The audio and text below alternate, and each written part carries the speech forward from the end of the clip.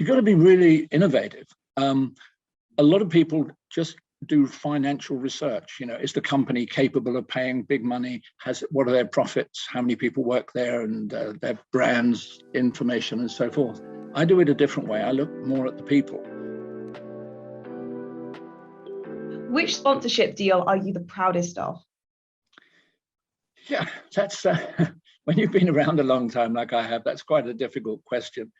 I guess from a significance point of view, it was the deal that I did with FedEx that was probably one of the biggest value deals since the tobacco days. Tobacco was dying out, and to work on that deal was very special.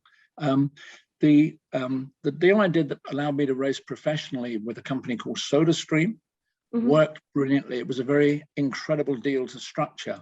But I guess the one I'm most proud of was my very first ever sponsorship deal. And the reason I'm proud of that deal is not because I ended up as a famous Formula One driver, but that deal, I'd never raced before.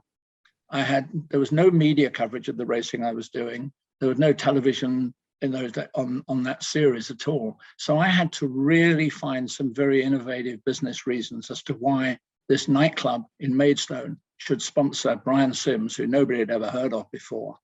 And it taught me a big lesson, and that is that the one thing that never changes in business, if you can help a company sell more products or more services, you're always going to be having a conversation. So I guess it was the deal with Victoria's nightclub. How did you identify the best sponsorship opportunities, and what can businesses do to implement such techniques? You've got to be really innovative. A lot of people just do financial research. Is the company capable of paying big money? What are their profits? How many people work there? And their brands, information, and so forth. I do it a different way. I look more at the people. I read in magazines like Campaign, PR magazines, who's on the move. People, stories are coming out. And if I can give you a very quick example, I'll explain later how it happened, but I spent a year as the head of marketing for Bath Rugby. And I was reading the magazine and I noticed the story about Nescafe launching a new product with their new sales director.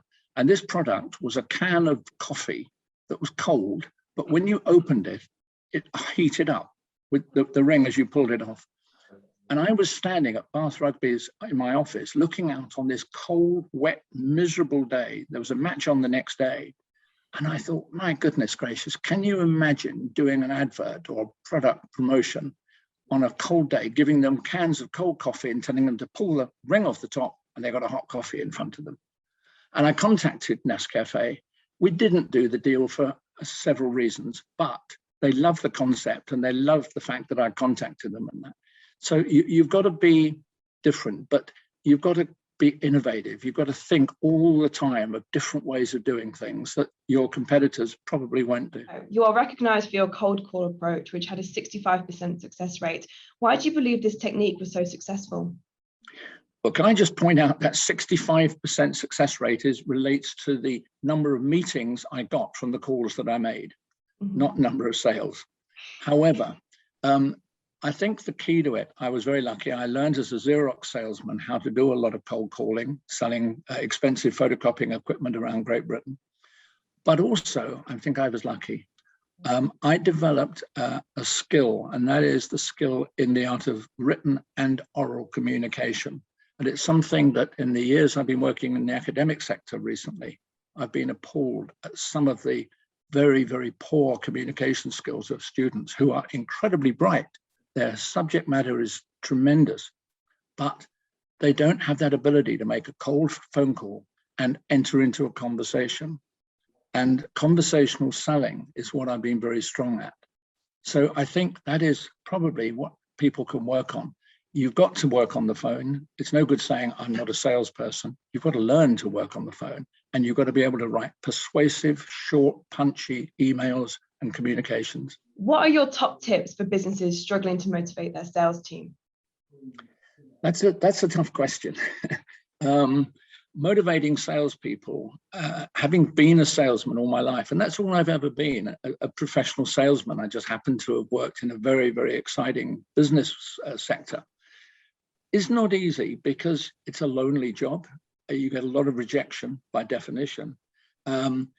The only thing I can say is that you've got to have a very, very good incentive program for your sales team. And I don't mean money necessarily related, but keep them interested, get them involved in events, take them to meet people at sporting events, get behind the scenes, things like that.